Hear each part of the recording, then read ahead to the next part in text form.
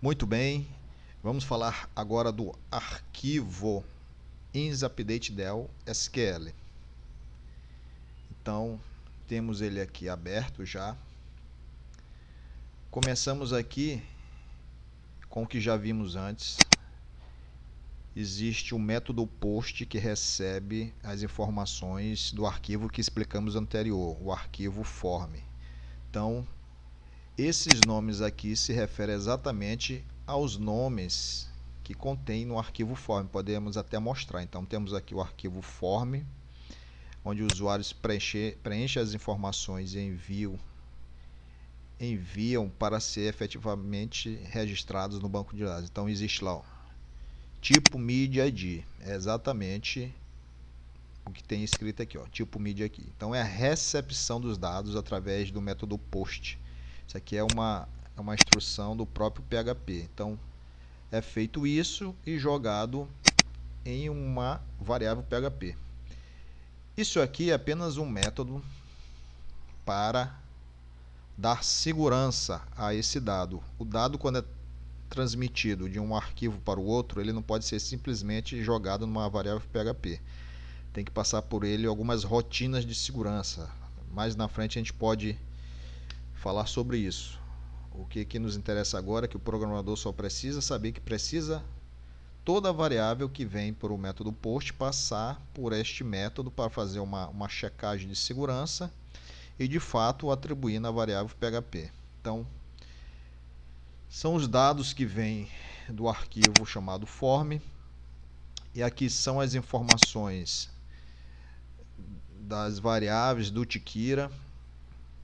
Aqui nós temos a chave primária da tabela filha, chave primária da tabela neto, entre outras informações, operation, disse operação insert, update ou delete. Então, essas informações aqui, elas são úteis para construir a instrução SQL para não dar erro. Depois nós podemos falar sobre isso. E aqui a gente passa a ver um código familiar. Por exemplo, nós fazemos uma conexão com o banco de dados e iniciamos aqui uma sessão, vamos chamar assim de sessão. Então, se a operação for de exclusão, lembrando que nós fazíamos, vai ter um comando delete na tabela neto. Quem é a tabela neto? O arquivo, cujo identificador seja grandchild ID, que é uma informação que já vem de graça, trazida pelo Tchyra Framework.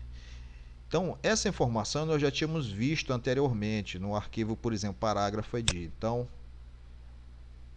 mas não é o form, é o SQL. Então, nós tínhamos aqui, ó, simplesmente delete. E nós tínhamos uma abstração de todo esse código através da função require_once erro handle PHP.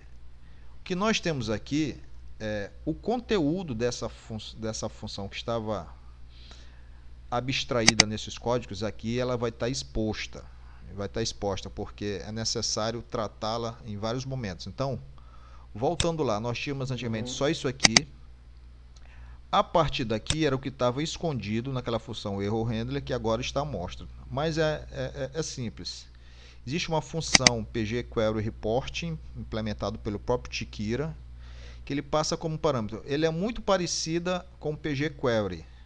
Só que ele é um pgQuery onde, além da conexão e do comando SQL, passamos o usuário, o arquivo que está sendo trabalhado e o IP. Então, com isso, internamente, é todo um registro de log dessa instrução SQL.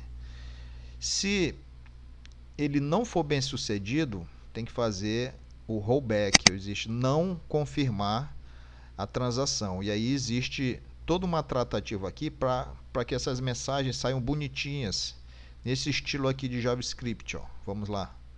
Quando se salva o registro, vamos pegar aqui uma informação qualquer, vamos aqui salvar um registro. Existem essas mensagens bonitinhas aqui, ó. Operação realizada com sucesso, ou então pode ser a operação não foi realizada com sucesso. Isso aqui é JavaScript. Ele é tratado justamente aqui, ó, através, ó, o que eu faço aqui, ó? Eu interrompo o código PHP e vou embutir aqui um JavaScript para poder formatar aquela mensagem amigável que aparece no cantinho da tela. Então, a gente não precisa agora entender isso exatamente como funciona, mas só, ó, basicamente isso aqui, ó. O conteúdo da mensagem de erro a gente lança aqui no PHP e monta um script só para fazer aquela mensagem. Então esse código aqui parece ser muito complicado, mas não é. É exatamente esse mesmo código aqui, só que acrescentando o que estava escondido, que estava abstraído por esse arquivo PHP. Então é um tratamento. Nesse caso aqui é a confirmação, a não confirmação do comando e uma mensagem de erro bem amigável. Se não der certo, e se por acaso der certo, ele simplesmente faz o commit, ele confirma no banco de dados a execução da operação de deleção, e aí ele desconecta com o banco de dados e encerra a aplicação aqui, ó. A partir daqui, nenhum código mais é executado.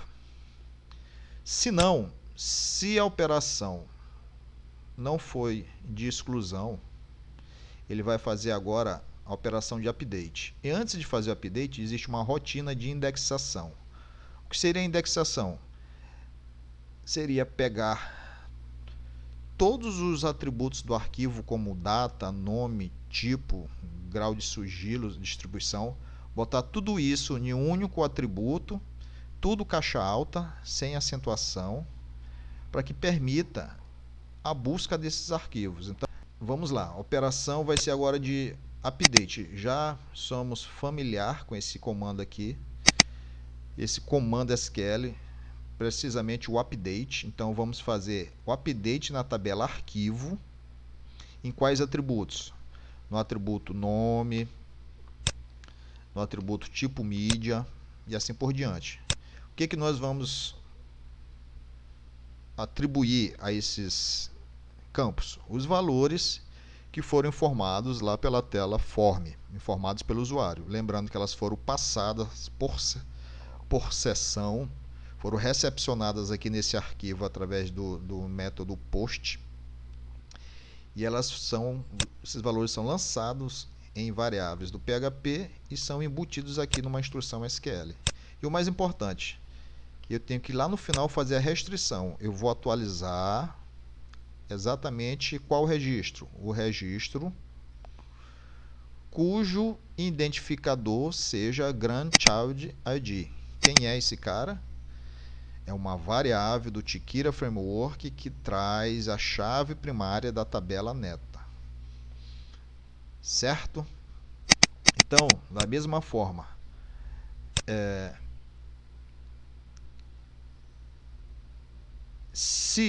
lembrando, a função pgQueryReport é uma função já específica do Tikira Framework, que ele faz o registro, ele faz efetivamente a inserção no banco de dados e cria um log de registro desse comando SQL. Quem fez, quando fez, qual o IP, de qual página foi gerada essa inserção. Então, se não deu certo, existe uma mensagem, um rollback, existe uma mensagem de erro amigável. E se deu certo, existe o commit. Ok, então, e aqui esse script aqui, nós interrompemos aqui o arquivo, o código PHP, para inserir um script JavaScript, que vai simplesmente fazer aqui no canto superior esquerdo, uma mensagem de sucesso de erro bem formatada. Então, dando certo ou não, se o usuário solicitou a alteração do banco de dados, alteração dos dados que reflete a alteração do banco de dados, aqui vai acontecer a desconexão e encerra-se o código. Se não é exclusão, se não é alteração, só pode ser insert. Então, a partir de agora, vamos lá. Se esse arquivo for apenas um link, conforme nós mostramos anteriormente, não é necessário fazer o upload do arquivo, nem registrar a data, hora de quem enviou. Então, é simples no caso. Novamente, uma rotina para gerar a chave primária e um comando SQL para fazer inserção na tabela arquivo dos campos que estão aqui entre parênteses com os valores referente aos valores selecionados pelo usuário que estão nas variáveis PHP. Então, novamente similar, se não deu certo, dá um rollback do banco de dados, uma mensagem amigável aqui. Se não, ele dá um OK. Esse é o caso mais simples, né? O arquivo relacionado ao parágrafo é apenas um link, não há necessidade de upload. Então, vamos agora para um caso mais complexo. Então, a partir de agora, existe um código relacionado ao upload de arquivos. Esse arquivo associado ao parágrafo pode ser do tipo imagem, vídeo ou documento. Se ele for do tipo imagem, ele vai ser guardado em um diretório específico chamado images by upload. Se ele for do tipo vídeo, vai ser guardado no diretório chamado videos. Se ele for documento, vai ser guardado no diretório chamado documents. Quais são as extensões aceitas para o tipo de mídia igual a imagem? GIF, JPG, PNG, BMP, JPEG, TIFF. E assim por diante. Existem regras, existem arquivos permitidos para vídeos, existem extensões permitidas para tipo mídia igual vídeo, existem extensões permitidas para arquivos tipo doc. Então, quando a gente insere um arquivo, uma imagem ou um vídeo, quando o usuário solicita associar um arquivo a um parágrafo, acontece duas coisas. A inserção no banco de dados de informações referente àquele arquivo e também o upload do arquivo que está na máquina do cliente para o servidor. O upload vai ser feito para um desses diretórios dentro do servidor. E o que acontece? Não é que o arquivo vai ser inserido dentro do banco de dados. Esse arquivo vai ser movido da máquina cliente para um diretório específico e o caminho referente a esse arquivo vai ser armazenado no banco de dados. De forma que, se no futuro, numa consulta, alguém requerer aquele arquivo, basta que no acesso ao banco de dados se busque o atributo referente ao caminho, ao URL onde está localizado aquele anexo, aquele arquivo. Então, essa parte do código, ele faz só isso, determina os diretórios e as extensões permitidas. Essa outra parte aqui determina o tamanho máximo do arquivo, o tamanho máximo do upload. E aqui nós temos aqui, ó, essa variável upload_dir, ela foi construída nessa codificação anterior. Para onde vai o upload? Qual o diretório dentro do servidor onde vai ficar localizado o arquivo? Então a gente coloca em um vetor chamado _up na posição pasta. Então vamos lá. O arquivo, isso aqui é outra informação importante, isso aqui é um tratamento do PHP. O arquivo, quando é enviado do formulário para o processamento pelo arquivo SQL, ele vem através de uma variável chamada files.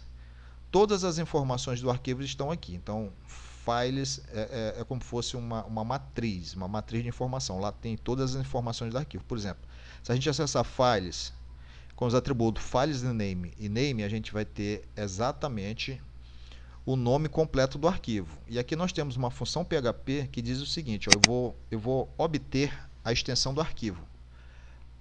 Basta dizer que quando ele encontrar um separador, ele vai separar o nome do arquivo da extensão do arquivo. Então vai pegar o final e jogar em uma variável PHP chamada extensão. Então, olha como está ficando fácil. Dentro da estrutura app_extensão tem as extensões permitidas que foram construídas nesse momento aqui. E aí ele vai comparar se o arquivo atual, isso aqui é uma função array search, se a extensão do arquivo atual é igual a uma das extensões possíveis, né? Se não for, ele vai dar uma mensagem de erro informando para o usuário que aquela extensão não é permitida e já encerra a aplicação. Se não, continua. Agora ele vai fazer a verificação do tamanho do arquivo através daquela estrutura files, dessa vez usando files e mais o atributo size. Ele vai comparar se esse arquivo está dentro do tamanho permitido, previamente definido nessa outra variável. Se não for, mensagem de erro, encerra a aplicação por aqui. Se não, continua. Nesse ponto, o arquivo passou em todas as verificações. Hora de tentar movê-lo, de fazer o upload para a pasta do servidor. Então vamos lá. Pegamos novamente a estrutura aqui, files. Nós armazenamos o nome do arquivo. Nós criamos a chave primária referente à tabela neto, que no caso é a tabela arquivo. Nós fazemos remoção de espaço e acento do nome do arquivo, entre outras coisas. E finalmente, essa função aqui, direi que é a função mais importante dessa codificação, é uma função PHP chamada moveUploadFiles. O que ela faz? Ela pega o arquivo que está localizado no computador do usuário e move para o servidor. Quais são os parâmetros? Aquela estrutura que eu já falei de files, com um nome temporário que ele mesmo, PHP mesmo cria, ele mesmo gerencia, para a pasta ou diretório onde nós definimos, concatenado com o nome final do arquivo. Então, move o arquivo, que pode ser foto, vídeo, que está no computador do usuário, para um diretório no computador servidor. Então, se essa função for correto, aí sim, finalmente eu fiz o upload do arquivo e finalmente vou fazer a inserção no banco de dados referente às informações do arquivo. Então nós temos a nossa já conhecida sintaxe de insert no banco de dados. Então é insert into tabela, né? No caso a tabela arquivo. Aqui são os atributos que serão inseridos, são vários atributos, termina aqui. Quais valores serão atribuídos? Então, continuando a sintaxe do comando insert, valores. Chave primária, que foi gerado previamente, tipo mídia, que foi selecionado para o usuário. Corrente timestamp, isso aqui já é uma variável do PostGrid. Se você lançar vamos chamar assim, essa variável constante, ele já vai salvar exatamente a data e hora da execução desse comando SQL. Quem fez o upload e o mais importante, o mais importante disso aqui, file names. Quem é file names?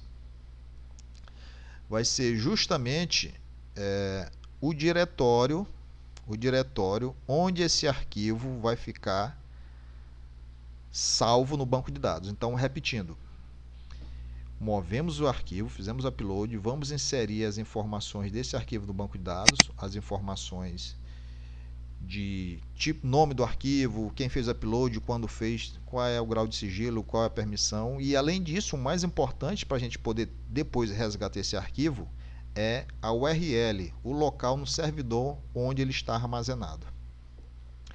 Então, se deu certo, aí aqui nós já conseguimos abstrair. Similar às outras telas SQL, temos aqui a função erro handler, que vai tratar toda a inserção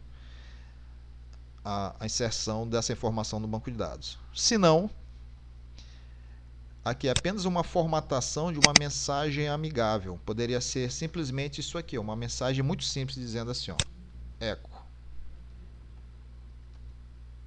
Não deu certo. Poderia ser simplesmente isso aqui, só que ia ser uma coisa extremamente não profissional, né? Já que nosso sistema é um sistema profissional. Então, a gente está simplesmente formatando aqui uma mensagem de alto nível para finalmente fazer a desconexão do banco de dados.